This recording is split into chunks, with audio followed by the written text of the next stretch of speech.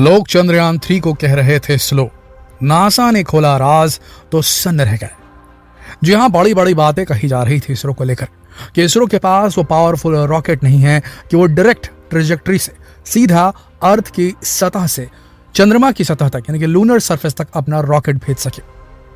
NASA ने यह बताया कि उसने कौन सी टेक्नोलॉजी का इस्तेमाल किया था मंगल पर, मार्स पर अपने रोवर्स, अपने स्पेसक्राफ्ट, सारी चीजों को भेजने के लिए। जिस टेक्नोलॉजी का इस्तेमाल किया था नासा ने जब बताया तो लोग सन्न रह गए दोस्तों, क्योंकि इसरो ने जो टेक्नोलॉजी नासा ने इस्तेमाल की थी मंगल पर जाने के लिए, उस टेक्नोलॉजी का इस्तेमाल कर डाला है सिर्फ चांद तक पहुंचने में।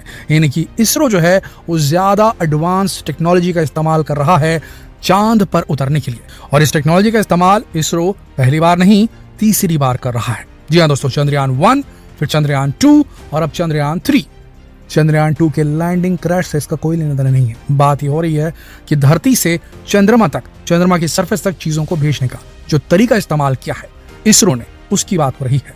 जिसे लोग स्लो कह रहे थे वो असल में बहुत ही एडवांस्ड एस्ट्रोनॉमिकल और फिजिक्स से रिलेटेड, यानी कि एस्ट्रोनॉमी और भौतिकी से रिलेटेड एक ऐसा कैलकुलेशन है जो बहुत ही कॉम्प्लेक्स होता है। और ये सिर्फ ऐसी एडवांस कंट्री की एडवांस स्पेस एजेंसी कर सकती है जिनके पास काफी ज्यादा नॉलेज और साथ में विजडम भी हो। देखिए दोस्तों, knowledge without wisdom is nothing, ये याद कर लीजिए आप। देखिए दोस्तों, अगर हम मानवों को, मानव जाति को दूसरे ग्रहों तक लेकर जाना है और लंबी दूरियां तय करनी है, अभी तो सिर्फ चंद्रमा की बात हो रही है, इसके बाद मार्स है, मार्स के बाद जुपिटर, अलग अलग ग्रहों को एक्सप्लोर करना है। इवन हमारे वैज्ञानिकों ने, धरती के वैज्ञानिकों ने हबल टेलीस्कोप की मदद से, और अभी जो नया टेलीस्कोप निकला है जेम्स वेब टेलीस्कोप, उसके माध्यम से ऐसे ग्रहों को भी खोज लिया है जहां पानी मौजूद है, जो कि अर्थ लाइक प्लैनेट्स में गिने जा रहे हैं, यानी कि पृथ्वी के जैसे प्लैनेट्स में जिनका कैटेगराइजेशन और क्लासिफिकेशन हो रहा है। अगर वहां तक पहुंचना है तो हमें अपनी एस्ट्रोनॉमिकल कैलकुलेशंस और फिजिक्स रिलेटेड कैलकुलेशंस को एकदम सटीक रखना होगा।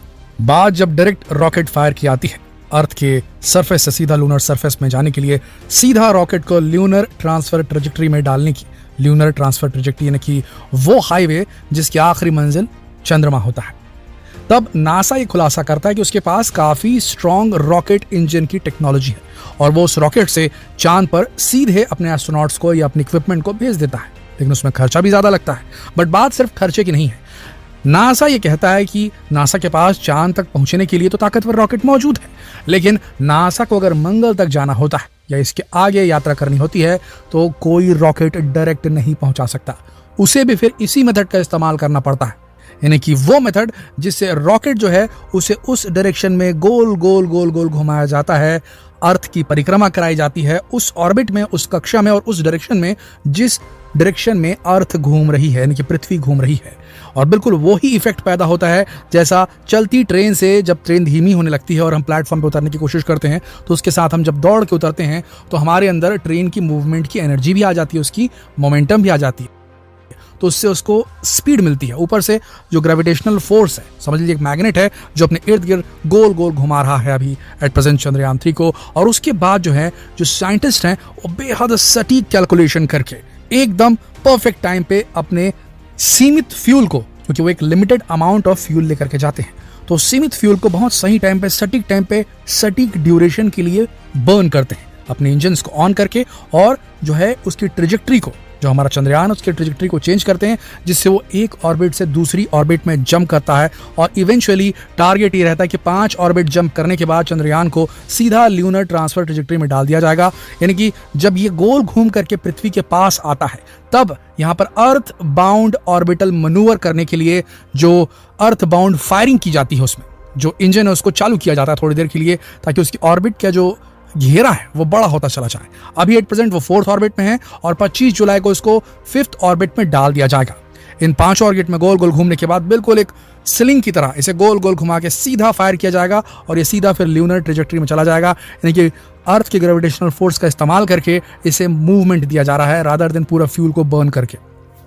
अब यहां पर इसरो आगे क्यों निकल गया? देखिए, जितनी बार जो देश ये चीज करेगा, इस सिस्टम से किसी सैटेलाइट हो या किसी लैंडर को लैंड करवाएगा मून की सरफेस पे, तो उसे एकदम सटीक एस्ट्रोनॉमिकल कैलकुलेशन करने का ज्ञान हो जाएगा, एक्सपीरियंस हो जाएगा रियल टाइम, और उसके बाद वो लंबी दूरी की यात्राएं परफेक्टली कर पाएगा। ध्यान रखिएगा किस तरीके से हो रहा है। एक बार फिर से आपको बताते हैं क्यों ज्यादा एडवांस टेक्नोलॉजी का इस्तेमाल करके इसरो ये कर रहा है और बार बार प्रैक्टिस कर रहा है इस टेक्नोलॉजी की।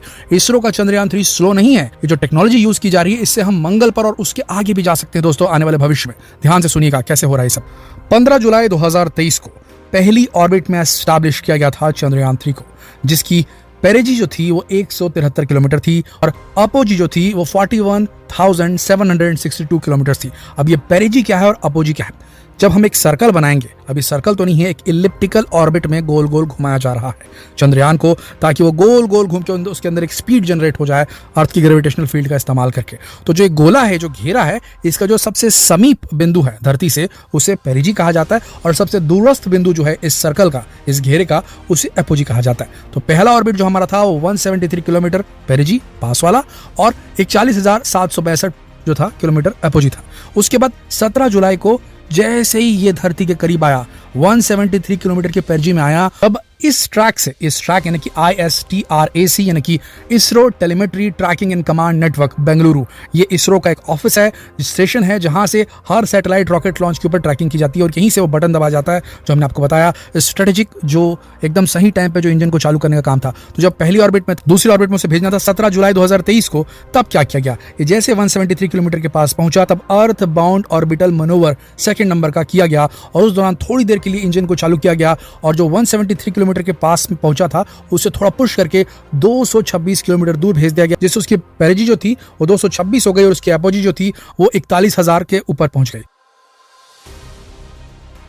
उसके बाद ऐसे ही किया गया थर्ड ऑर्बिट में 18 जुलाई को, और तब 51,000 दूर तक पहुंच गया था हमारा चंद्रयान। और अब कल 20 जुलाई को चौथी ऑर्बिट में सक्सेसफुली इसको एस्टैब्लिश कर लिया गया।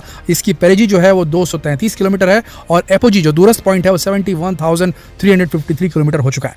अब पांचवा मनूवर होने वाला है, पांचवा earth bound manoeuvre, earth bound orbital manoeuvre. तो ये जो है होने वाला है 25 जुलाई 2023 को। अर्थ बाउंड कहने का मतलब धरती से किया गया वो चेंज, मनूवर यानी कि चेंज, ठीक है, ऑर्बिट में, तो उसे कहा जाता है अर्थ बाउंड मनूवर। और इसके लिए स्ट्रेटेजिकली इंजन्स को यहाँ पृथ्वी पे बटन दबाया जाता है, आइस ट्रैक नाम का जो ऑफिस है बेंगलुरु में, वहां से। तो इस तरीके से इस टेक्नोलॉजी का इस्तेमाल करके पांचवें ऑर्बिट में जब पहुंच जाएगा तब उसे डाला जाएगा, और इस तरीके से जब पांचवा ऑर्बिट क्रॉस करने के बाद में इसे ल्यूनर ट्रेजेक्टरी में डाला जाएगा, तब क्या आपको बात बता रहे हैं। चांसेस ये हैं कि जुलाई 31 की रात और अगस्त 1 की एकदम सुबह सुबह ये जो है मनूवर किया जाएगा और चंद्रयान 3 को 5th ऑर्बिट से सीधा लूनर ट्रांसफर ट्रेजेक्टरी में डाल दिया जाएगा इस रात को।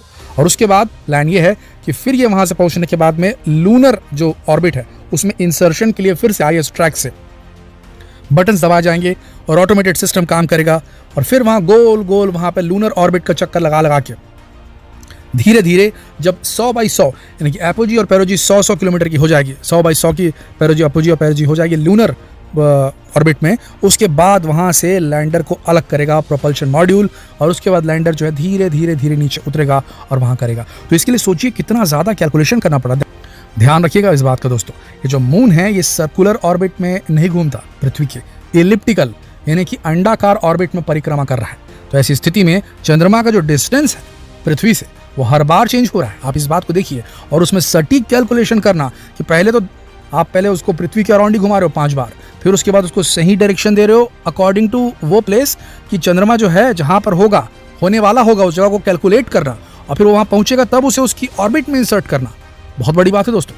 आप ये मान के चलिए जो पुराणों और वेदों में बताया जाता था कि हमारे जो पुराने वैज्ञानिक थे, ऋषि मुनि जो थे, उन्होंने करेक्ट एस्ट्रोनॉमिकल कैलकुलेशंस किए थे, लगभग वही दिमाग हमारे साइंटिस्ट इसरो के आज लगा रहे हैं। तो ये बात बिल्कुल सोचिए कि जो चंद्रयान है वो 42 दिन में पहुंचेगा। भाई आपको बता दें चंद्रयान 2 48 दिन में पहुंचा था, भले वो क्रैश लैंड हो गया, या 42-43 दिन में पहुंचेगा हमारा जो चंद्रयान 3 है। लेकिन इसका मतलब ये नहीं कि ये खराब टेक्नोलॉजी का इस्तेमाल करके भेजा जा रहा है। इसी टेक्नोलॉजी का इस्तेमाल करके हम सुदूर अंतरिक्ष को एक्सप्लोर कर सकते हैं। डायरेक्ट रॉकेट भेजने की क्षमता तो नासा अमेरिका के पास भी नहीं है मंगल ग्रह तक की।